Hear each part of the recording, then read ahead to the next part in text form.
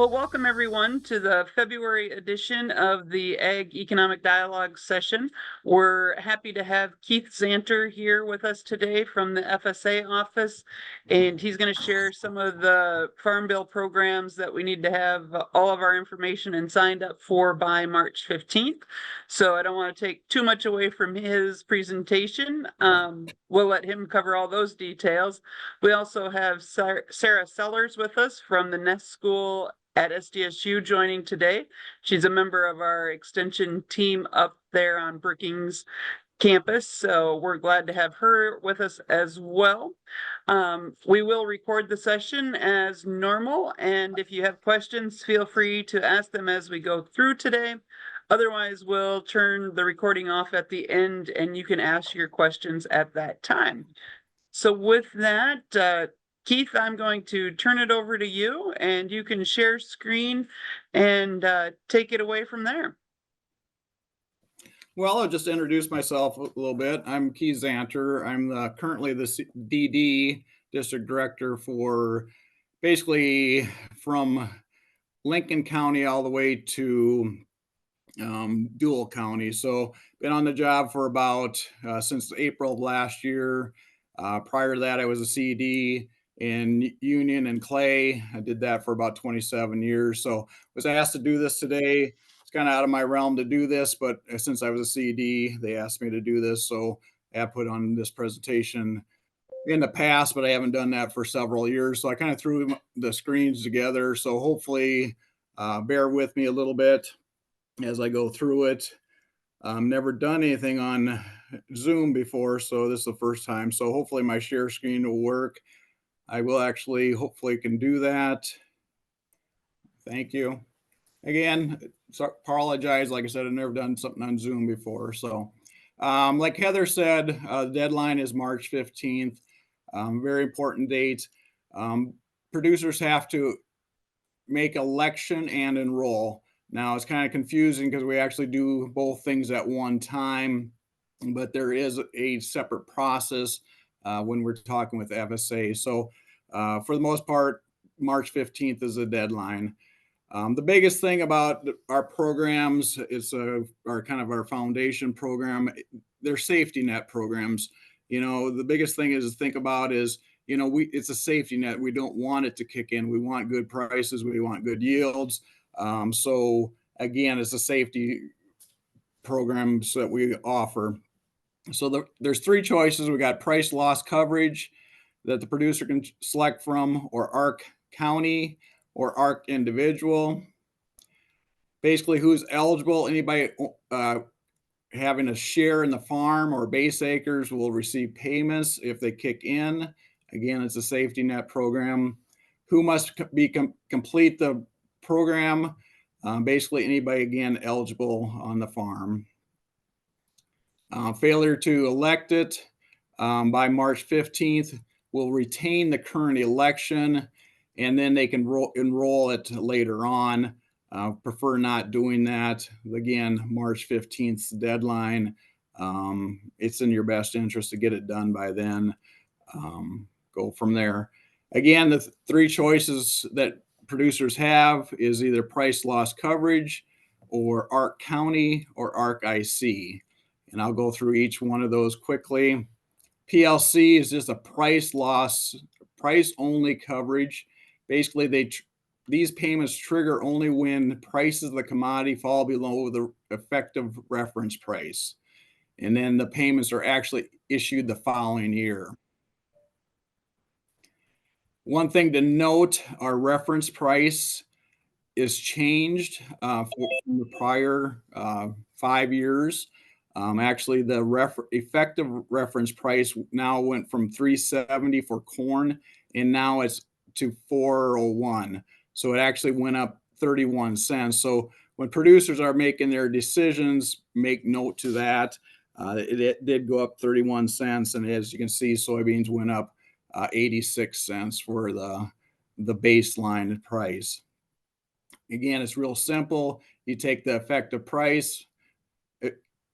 reference price minus what's actual price came in for the crop year price, and that'll be the payment rate. So example would be the the 12-month marketing period comes in at $391. The reference price is $401. So there'll be a payment rate of 10 cents per payments. And then this is the calculation. So you take your base acres on the farm. So let's say it's 100 acres times a yield of, let's say it's 100 bushel yield times your payment rate of 10 cents. You're going to get $1,000 on that. So, however, excuse me, that'd be $1,000 for your PLC payment, but all payments are based on 85% of the rate. So it's just a factor that we always apply. So that'd be $850 in that example. Moving on, the second choice producers have, you got ARC. You got some ARC. So you either got PLC or you got ARC. So ARC, there's two types of ARC programs. One is ARC County and the second one is ARC Individual. Both, so the ARC basically deals with price and yields. So it covers portion or shell losses, out of the pocket losses, and basically when the crop revenue falls below the benchmark revenue, then they kick in. Again, this one's dealing with both price and yield, depending on if it's at the county level or at the farm level. While PLC is just dealing with price. This is dealing with both. So just an overview of ARC County. Basically, it's actual yields multiplied by price. So it's both of those. One thing to note on ARC County, whatever payment rate is issued is capped at 10%. So again, it's that shallow loss program. It cannot exceed 10%. So that's why it's a shallow loss program. Again, here's kind of the calculation. The difference, so what we do is take the actual revenue, and if it's less than the guarantee, so let's say the guarantee, or excuse me, the county average or the effective price and yield for the county is $1,000 is guaranteed, or $1,000. We take that times 86%, so that'd be 860 is what we're guaranteeing. So if it drops, if the crop comes in for the county below that $860, then it's will kick in. Again, that's just an example, and we'll have an example a little later on this slides. Here's how you do the benchmark, and I'm not going to get on in all the details, but this is how some of the calculations are developed as far as the yield. Again, it's times your price, and here's your example of how to come up with a 5-year Olympic average. You drop the high and low for Olympic, and then as this example, you can see for 2024, it comes in at 845. So here's some part of the calculations on that whole deal. Again, you don't have to know all the details on this. We do all that, but it's kind of the idea of how it's developed. Reach out to your office if you want more examples or information on some of that. Here's where you can go to get prices as far as what USDA is projecting. And then here's a calculation. I'll just take Aurora. One thing to note here, there is possibly each county sometimes have irrigated and non-irrigated. So Aurora just has all corn together. So if you go way to the right-hand side, the benchmark average price is 150, or excuse me, yield is 150.22 times your price of that $4.85 gives you, take those two times each other, gives you $728.50. The guarantee is 86%, and then the maximum is at 10%. So if it comes in at below that $626 for the county, and basically then no payments could be issued on the farm.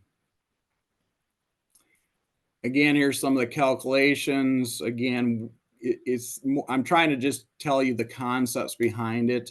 But again, it's for price and yield coverage at the county level. Again, like I said, there's an irrigated and non-irrigation policy. Some counties have both, some counties do not, but they are calculated individually. Again, that's some of that HIP stuff. In summary, basically, Ark County payments will be issued by physical location. Any questions on either one of those programs before I go on to ARC IC?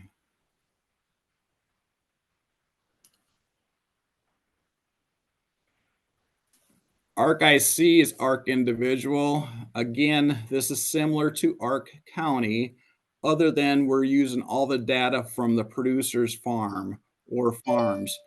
A producer may elect to put several farms in ARC IC, and then we throw it in a basket and we figure out, does that producer have a loss overall for the 3 farms he throws in, for example. So again, it's very similar, other than it's at the producer's farm level. Again, it provides income support at the individual farm level. Again, we're looking at both prices and yields. Please note that if the farm is all planted to alfalfa, it will not be, we won't be able to make a calculation. So therefore, even if payments go down, we can't make it, because the main thing on that, and I'm going to jump ahead, is you have to plant or have a prevent plant of one of these covered commodities. Again, it's triggered when guaranteed revenue is the actual price comes in lower than the guaranteed revenue guarantee. So again, it's on a farm by farm basis. And again, if you throw in 3 farms, for example, or 4, you throw all the revenues together and do the calculations from there.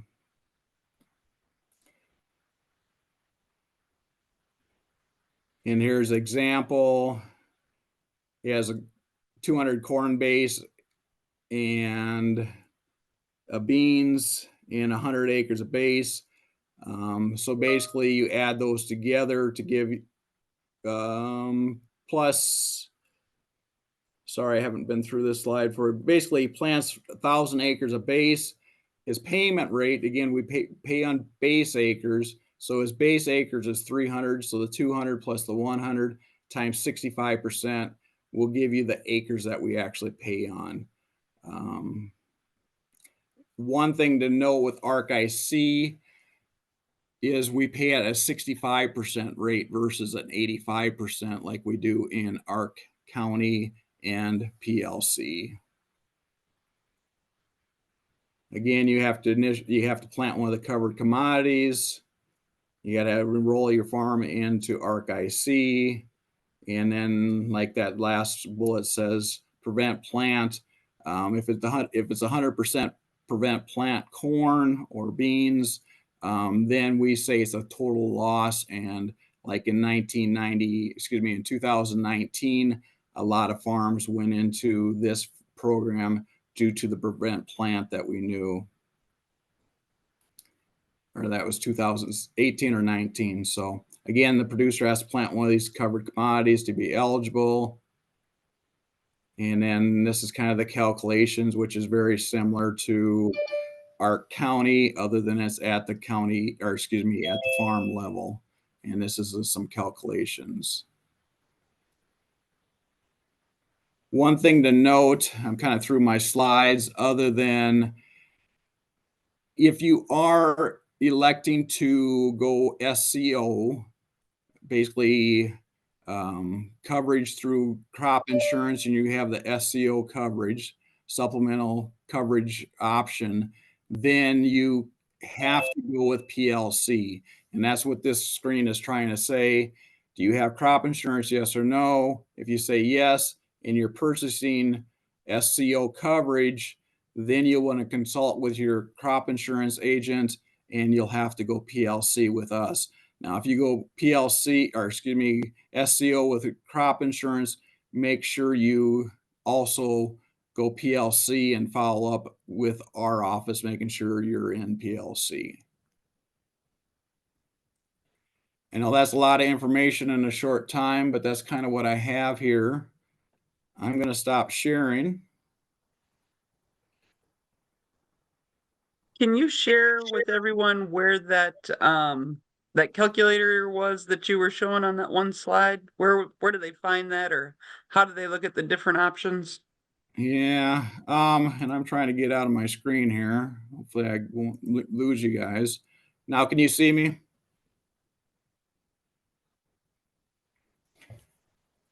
So where to go to get some of those?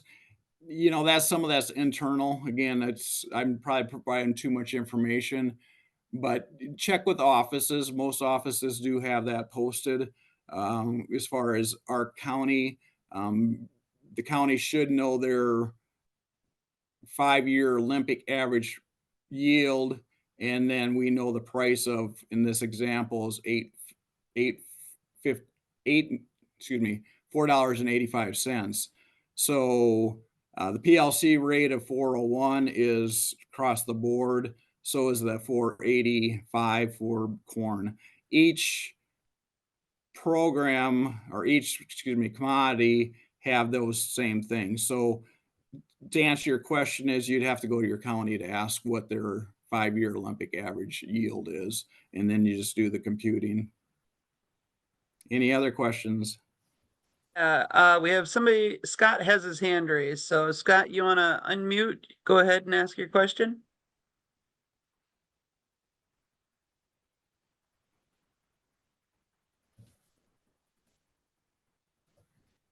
Yeah, can you go back to your calculations sheet on ARC? I see you went way too fast. I couldn't see what you were doing there. I'm going to have trouble. I don't know if you were on earlier, but I can't get back and forth too easy. I'll try to get there.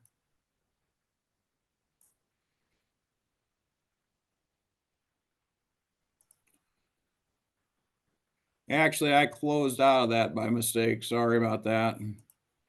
But I can walk you through it.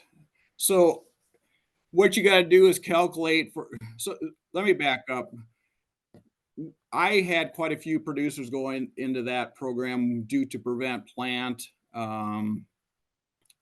in 2008, or excuse me, 2018, I believe.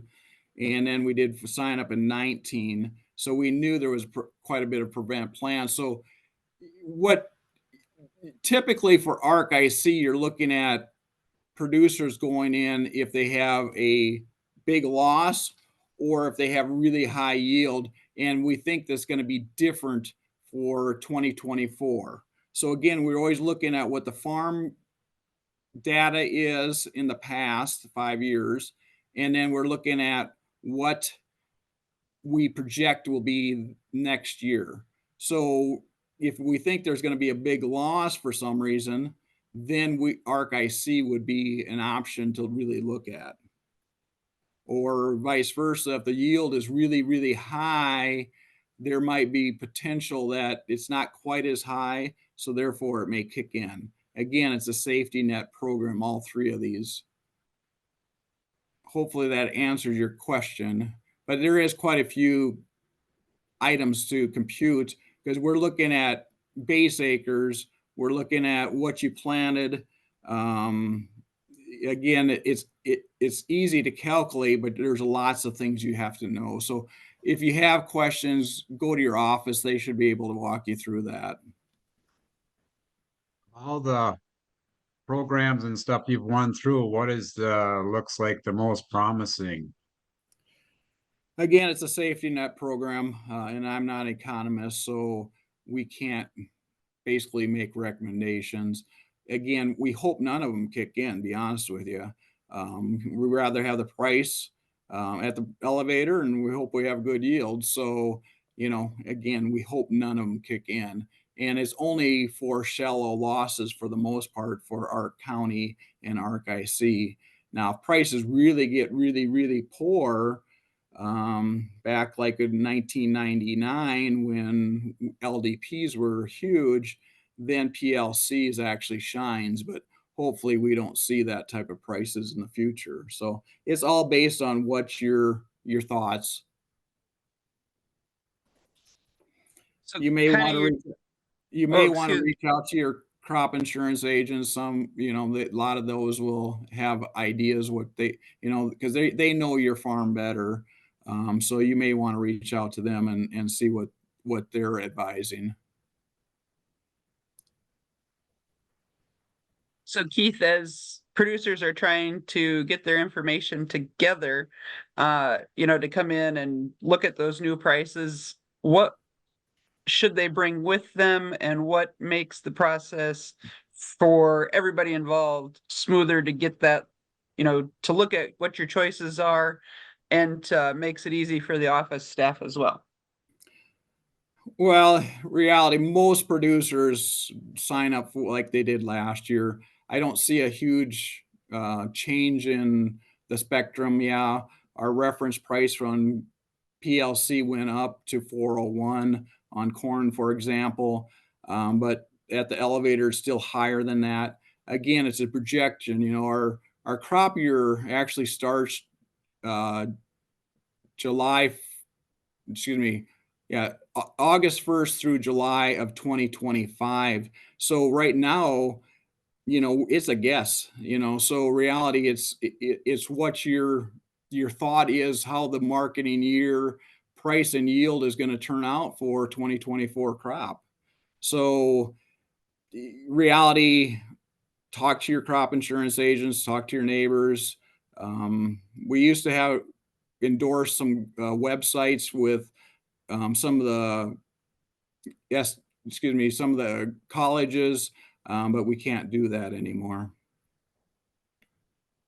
But there may be some of those tools available, but we can't endorse those. Okay, thanks for joining us today, Keith. We really appreciate that. Anyone have any other questions before we move into their next presentation?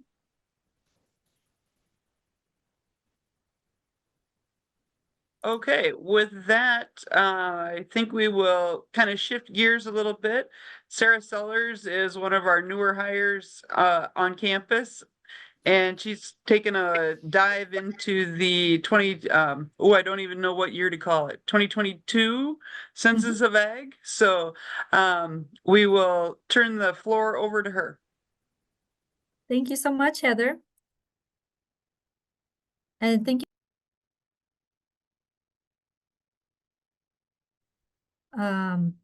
Learned a lot. It says I'm muted. Can you hear me okay? Yeah, so we can hear you. Okay, I don't know why it's saying that. Okay.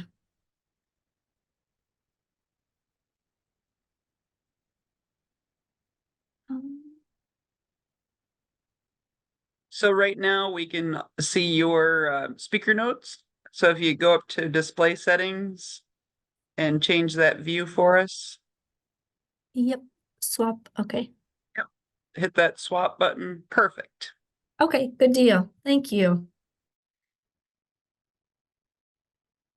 So good morning, everybody. My name is Sara Sellers. I'm a newer assistant professor in the Nest School of Management and Economics. And today I'm going to be talking about the 2022 Census of Ag, and I'm going to put a South Dakota focus on it.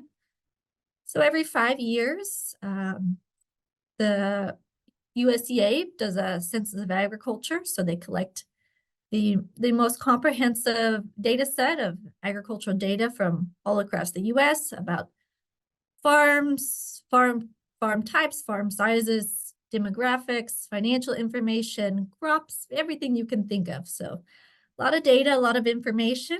I've tried to keep it kind of short and sweet for now, but hopefully in the future, I think there'll be more opportunities to dive into the data, especially on the financial side. And with the newly released USDA projections for lower farm incomes for the next year, there's also a lot interesting things going on in the financial side too. But today I'm just going to focus mostly on the demographics and the type of crops being produced.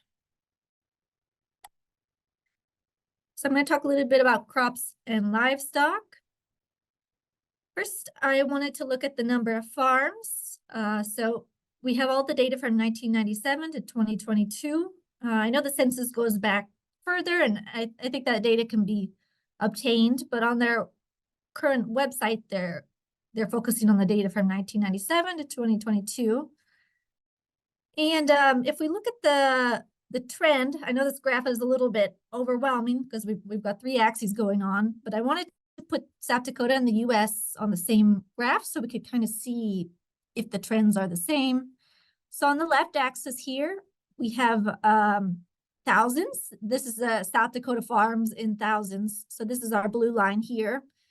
And we can see it's slowly trending downward from 1997 to 2022 in South Dakota, with the most recent count as 28,299 farms as of 2022. And the way that they classify a farm in the census is any entity with over $1,000 in agricultural sales in a year. So that's a pretty broad definition of a farm, and so there's a lot of things that can be categorized as a farm by that definition. And then on the right-hand axis, we have millions of farms. So this is the orange line, the US number of farms. So the orange line is based on the right axis, the blue line is based on the left axis. But we see the same trend in US farms as well, just a slow downward trend in the total number of farms. And most recently, it was measured at 1.9 million in the 2022 census. So over time, we've seen consolidation in the farming industry. We've seen kind of large farms getting larger, and we still have quite a few kind of small farms. And then we've seen those medium farms either shift to smaller pieces of farms or shift and be consolidated into large farms. So we've seen a 6% decrease in farms in South Dakota since the last census in 2017. And we've seen a 7% decrease in farms in the US since the 2017 census. So we're decreasing a little bit slower than the US numbers. We can also look at the data for the average farm size in South Dakota compared to the US. So that's been slowly trending upwards since 1997. And on average, it's much higher in South Dakota than the US Census overall. So as of 2022, the average farm size is 1,495 acres in South Dakota and 463 acres in the US. So again, as we've seen kind of that consolidation in agriculture, that farm sizes slowly kind of trended upwards. And now I want to get a little bit of involvement for the audience, if you would like. I couldn't figure out how to put the poll in here. I'm sorry, I'm so last minute, Heather, but maybe we could just put it in the chat if you have a guess. But one statistic that hits the news a lot as soon as the census come out is the average age of farmers. So I'm curious to know what everyone thinks about how much do you think the average age of a farmer in South Dakota has changed from the 2017 to 2022 census. You think it's decreased by 1 year, it hasn't changed, increased by 1 year, increased by 2 years, or increased by more than 3 years? So oops, I did not mean to do that. Let me see pull up the chat here. So we've got some guesses.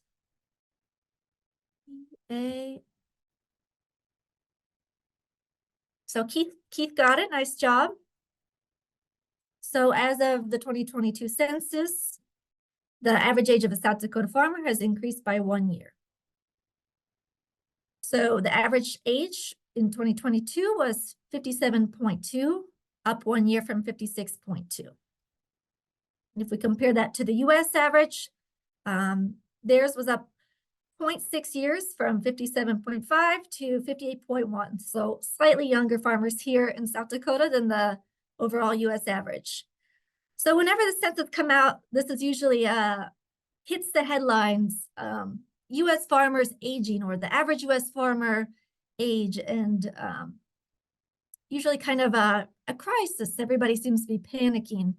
But for those of us in agriculture and involved in agriculture, I feel there's kind of a lot more going on behind the scenes that it isn't exactly always captured in the average age of the farmer. So we know we have usually farms are family operations, so there may be younger generations involved as well. And I'll put in a plug for Heather's workshop. Heather does some programming with farm transitions and farm transition plans, succession planning. So this is one reason why the succession planning piece is so important, but I don't think the average age is a lot of cause for concern. When you think about farming and how many seasons you get, and actually how many perfect seasons of weather. If you ask a farmer maybe how many perfect weather conditions they get in their lifetime, their whole life of farming, it may only be a couple. So it's very rare that all of the conditions line up just right: prices, cost, weather. So a lot of times we see farmers farming. I know many farmers much older than the average age that are still farming. So I don't think this is quite representative or a cause for concern, but I think in my opinion, it brings a lot of focus to, we need to think about transition planning and think about a plan for the farm.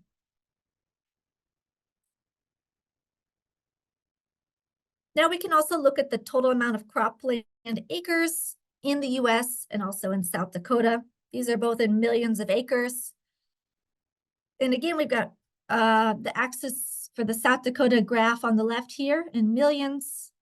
So in 2022, we had about 18 million acres of cropland here in South Dakota. And then we have the axis for the US cropland on the right here. So in the US, we had about 382 acres of cropland.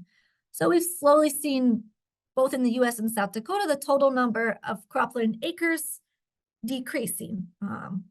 As land use changes and we have sprawl from the cities and urban areas, housing, more people, we've seen some decrease in cropland. And it's interesting because we've seen agricultural productivity going up. So even though acres are decreasing and we're having less land, we're producing more and more each year due to better management, better crop genetics, and also depending on weather. So now I'm going to ask for more audience participation. I'm curious to know which crop you think had the most acreage in South Dakota in 2022. So if you want to drop in the chat, which crop do you think had the most acreage here in our state?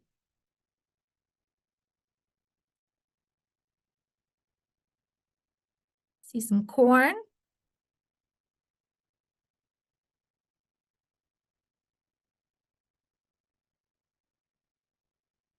Another corn. Oh, wheat, sorry. Corn.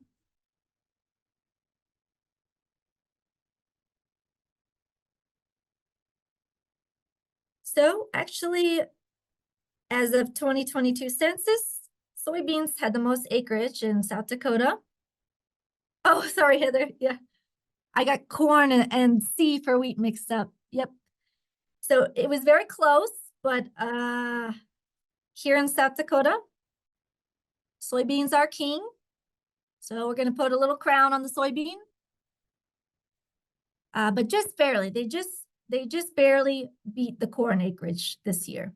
So these are the acreage trends over time from 1997 to 2022. We've seen corn slightly above soybeans, or soybeans slightly above corn as of 2022, with over 4.8 million acres of corn or soybeans in the state. And corn is slightly below that, also at 4.8 million acres. So they just barely beat corn. We saw that decrease in wheat in 2002, then a spike in wheat in 2007, and then kind of a slow downward trend in wheat acres up until 2022, but still a significant crop here in South Dakota. And then for many years, we saw corn kind of overtake soybeans as the top crop. And as of 2017 and 2022, soybeans are slightly above corn acreage. And again, a lot of that has to do with commodity prices. So that's one exciting thing I like about working with farmers. They're always thinking about their cropping decisions and about maximizing that profit and that revenue to reinvest in their business. And so they can kind of change their decision about their acres based on commodity prices and other factors that are happening. Then we've also seen the same kind of trend happening with corn and soybeans here in the US. Soybeans have slightly more acreage than corn as of 2022 at 85 million acres of soybeans in the US and 81 million acres of corn. We've seen the same similar kind of downward trend in wheat in the US, a little bit less spikes and volatility than here in South Dakota.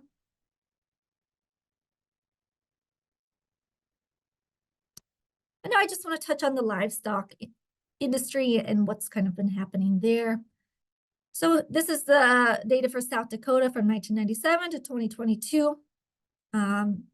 We have quite a bit of cattle in the state. We've seen kind of a slight trend downward since 2017 in the cattle inventory.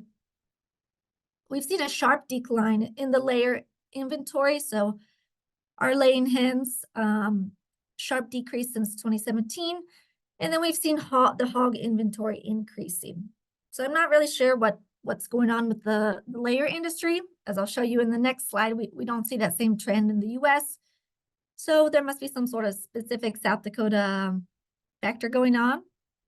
And the cattle industry, kind of the lowering of inventory is something we've seen across the US. But these are our three kind of main livestock in the state. I forgot to mention, we have a lot of crop diversity in South Dakota. I just picked corn, soybeans, and wheat because these are kind of the top three crops. But in the data, there's a lot of data about oats, barley, sorghum, even some vegetable and orchard production, sunflower production. So there is that data available, and we are a very diverse state when it comes to crop production. But I wanted to keep the focus, not make the graphs too crazy. So I kind of left those off of there. And this is the livestock inventory for the US. So we've seen an upward trend in laying hens, a little bit slower downward trend in the cattle inventory, and a little bit slower upward trend in the hog inventory compared to South Dakota. So I have another question for you. In 2022, which farm size category had the most farms in South Dakota? So the census divides the farms and places them in different categories based on size.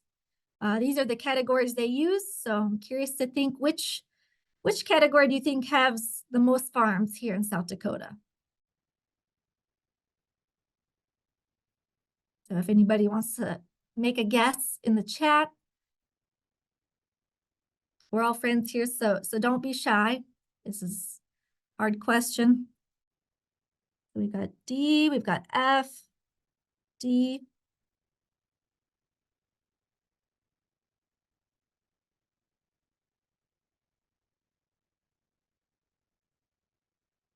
E.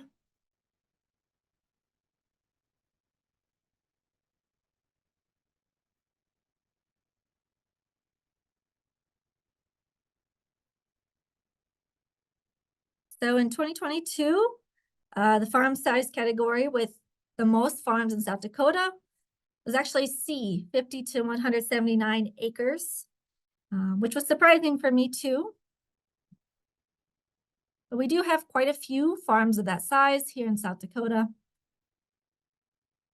I'll show you the data here. On the right side, we have the 2022 data, and I just put the 1997 data in here so you can kind of compare to the distribution of farms from 1997 to 2022. So we'll see this 50 to 179 acre column had the most farms. The number of farms was 5,917. But this distribution really has two peaks, one here at 5,917, but also one here at 5,140 farms above 2,000 acres. So it's a little bit deceiving of a question because of the the shape of the distribution. But surprisingly, most farms in South Dakota are 50 to 179 acres. But again, we have a lot of farms over here on the right side of the distribution at more than 2,000 acres. So I think it's very interesting. You can see how the shape of the distribution has changed since 1997. In 1997, most of our farms were between 180 to 499 acres. And kind of you saw a small amount from 1 to 9 acres, and it slowly increased and flattened out from there. We would call that a left-tailed distribution because a lot of the farms were, the data was kind of skewed to the right side of the graph here. But then when we look at 2022, we see that the data has kind of split into a bimodal distribution. So we have a peak here on the smaller end, and then we have a peak over on the far right at the larger end. So it's a little bit interesting what's happened since 1997. We've seen kind of some of these mid-sized farms shift. When we look at the farms above 2,000 acres, it's a little bit less than it was in 1997. But again, a lot of these same farms are probably consolidating some of these medium-sized farms. So they're not creating new large farms. Some of the large farms are probably just taking the medium-sized farms and consolidating them. And then we also have just quite a few small farms that are hanging on. Probably they maybe have dual occupations. Maybe they're both a farmer and they have another occupation for some of those small size farms. And it's very interesting to me, the US farm trend compared to the South Dakota farm trend. So in South Dakota, we see the distributions a little bit more flat and uniform than the US farms overall. And again, this is a little bit complicated because we're talking about all farms of all size, all across the US, all commodities. But we've seen kind of the trends stay the same here in the US. In 1997, most farms were 50 to 179 acres. And in 2022, most farms were actually 10 to 49 acres. But that peak was kind of concentrated between 10 and 179 acres. So we have a lot of kind of small farms that are meeting that USDA definition of a farm. But then, as we know, we also have quite a few large farms as well. A smaller number of large farms. Now I want to talk a little bit about the change in practices. The USDA asks some questions on their survey about what practices farmers are doing on their farm. This only goes back to 2017 for some of them. So we don't have a ton of data, but I just want to show you kind of some of the trends in where practices are going and see if it aligns with kind of what we would expect. So here in South Dakota, as crop acres have gently decreased over time, we see this graph for no-till, conservation tillage, and conventional tillage. They're all slightly decreasing from 2017 to 2022. The axis is in millions of acres. So here in South Dakota, no-till is still the most popular choice, and we have 7.3 million acres of no-till. I'd be really curious to see historical data on this. I wish the USDA had this from 1980s onward, so we could kind of see that ramp up in no-till adoption that we saw starting around the 1980s. But I think this is interesting. It just shows kind of what we would expect, that no-till is still the most popular tillage type here in South Dakota. And they define conservation tillage as a tillage practice that leaves more than 30% of residue on the field. And how they define conventional till is a practice that leaves less than 30% residue on the field.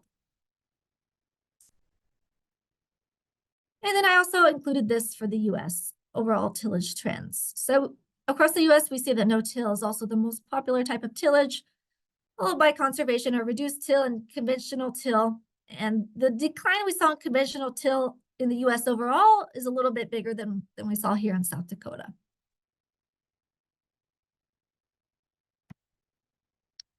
Now I want to talk about cover crop acres. This is kind of an eagerly awaited number because there's been a lot of discussion and focus about cover crops for the past quite a few years. So this gives us an idea of how many acres are actually being planted in cover crops. So as we would kind of expect, we saw the cover crop acres increase in both South Dakota and the US as we're getting more information, more research, more resources available for farmers to help them with that cover crop adoption decision. We're seeing more farmers implementing cover crops, and we're also seeing more farmers who are doing cover crops expanding their acres. So the US has seen a much steeper increase in cover crops overall than South Dakota, but both have seen positive increase in cover crop acres since 2017, with 350 million acres of cover crops in the US and 18,000 acres of cover crops planted here in South Dakota. So I think this will definitely be something to watch. Cover crops are challenging. The adoption has been a little bit slower when we look at the rates of adoption of some other technologies like no-till or hybrid seeds or precision technologies. It's been a little bit slower because cover crops are a bit more complex of an adoption process. There's a really large management piece and a really large weather piece. And also the cost can be prohibitive at times. There's been a lot of programs kind of encouraging and supporting cover crop use. And I think we'll see more of that same trend, hopefully in support for funding for cover crop and other conservation programs. But these are kind of the trends we've been seeing.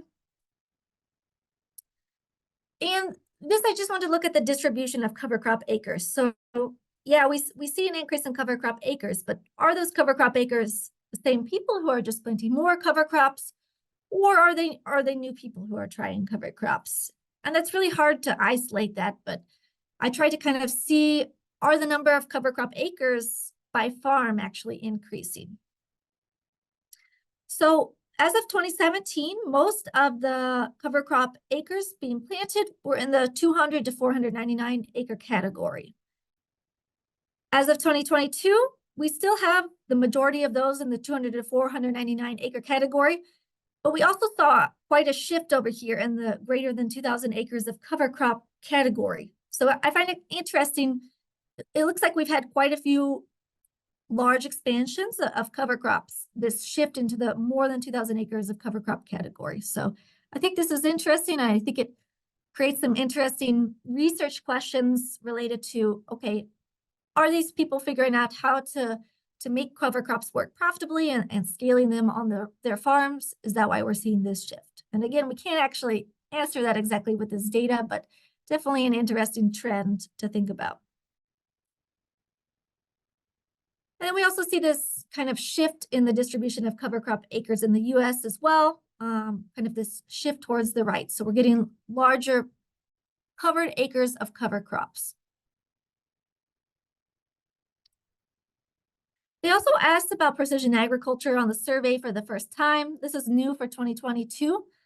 The way they define precision agriculture is any practice to improve agricultural connectivity or efficiency by connecting the practice to a digital environment. So that definition is really broad. It could be GPS systems, it could be variable rate technology, yield monitoring, soil mapping, robotic milking, or some sort of electronic fencing or grazing system. It's a very broad definition.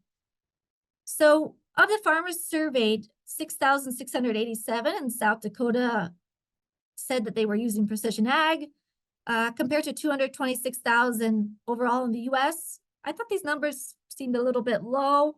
And I know my colleague here, Dr. Tong Wong, she's done a lot of great surveys on precision agriculture. So I'm looking forward to talking with her and seeing what she thinks of these numbers and how they kind of compare to the really more specific precision ag surveys she's done here in South Dakota. But I think it's interesting, and there's still a lot of talk about precision technology adoption, some barriers, something I've started getting involved with and working on some projects here with farmers trying to use precision agriculture to think about their experimenting on their own farms and making input decisions. I'd just like to say thank you to my colleague, Dr. Matt Dearson, who suggested this topic for the presentation. All mistakes and flaws in the presentation were mine. He just was generous enough to share share his idea and let me know about the census data coming out on February 13th. And also thank you to Madison Henley. She's an ag finance assistant and an undergraduate here in the Nest School, and she helped me gather some of the data. So thank you, and I'd be happy to take any questions. Thanks, Sarah. Anyone have any questions for Sarah? Or for anyone in general?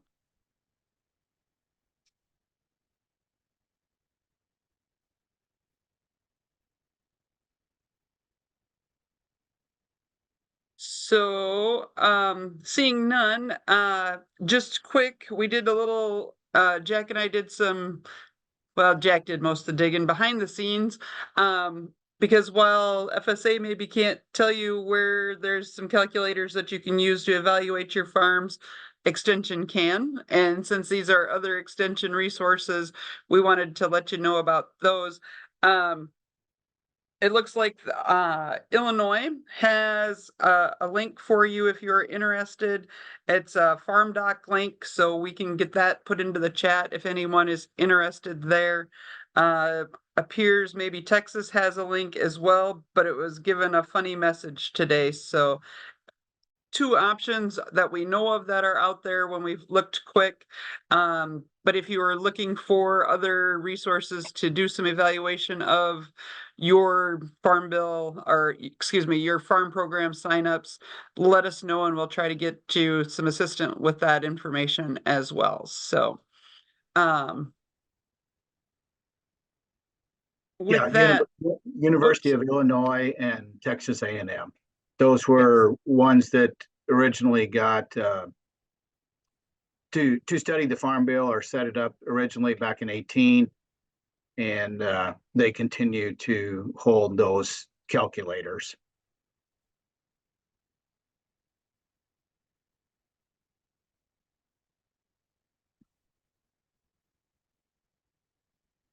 so any other questions for either of our presenters this morning or for Jack and I? Otherwise, we will plan on seeing you again in March. We'll again meet on the 10th or at 10 o'clock, excuse me, we'll meet at 10 o'clock on the 15th and working on another program for you to look at some of the economic components and issues that you might be facing on farms and ranchers across the state. So with that, Jack, you have anything else for the good of the cause? Did you get snow in Salem? We did get a little bit, not as much as it looks like, just a little, not very far north, but Yeah, I'd say we're probably about 8 inches or so. It was oh, icy. no, Yeah. no, we didn't get that much snow. So, and a little ice with it and things like that, just to keep things interesting.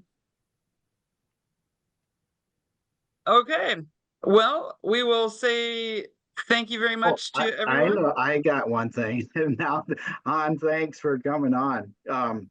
We're in the middle of doing our land survey, and we're also going to expand that this year, thanks to Han. And we'll be putting out one coming up here after a bit for farm producers too. A little different than the original ones or what we've done in the past. So we've got it out to ag lenders and appraisers and those that deal in the land trade, but we'll also be sending that out to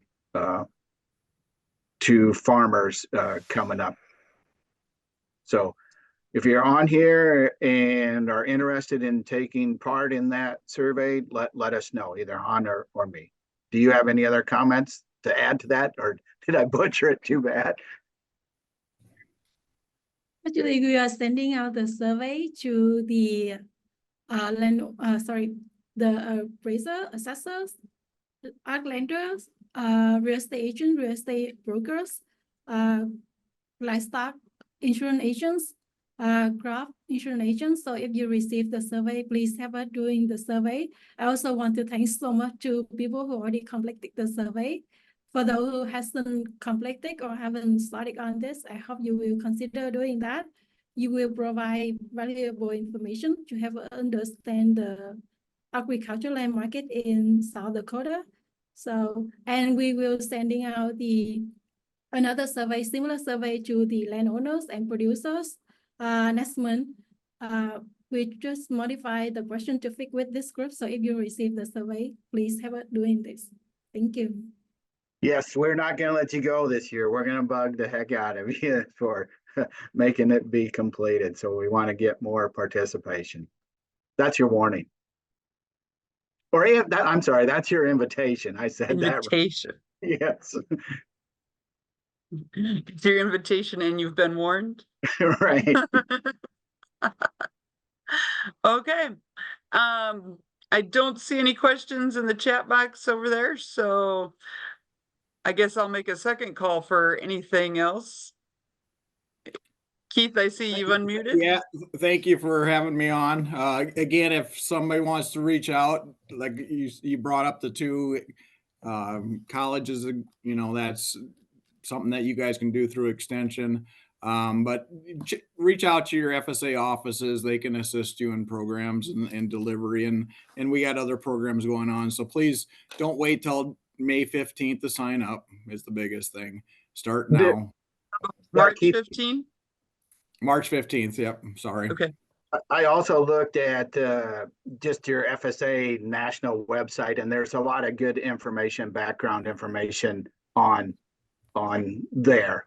If you just Google FSA ARC PLC and just the national site, and then that probably has, I think that had links to these tools on that site. Yeah, I think they took the links off, but yeah. Oh, they may have.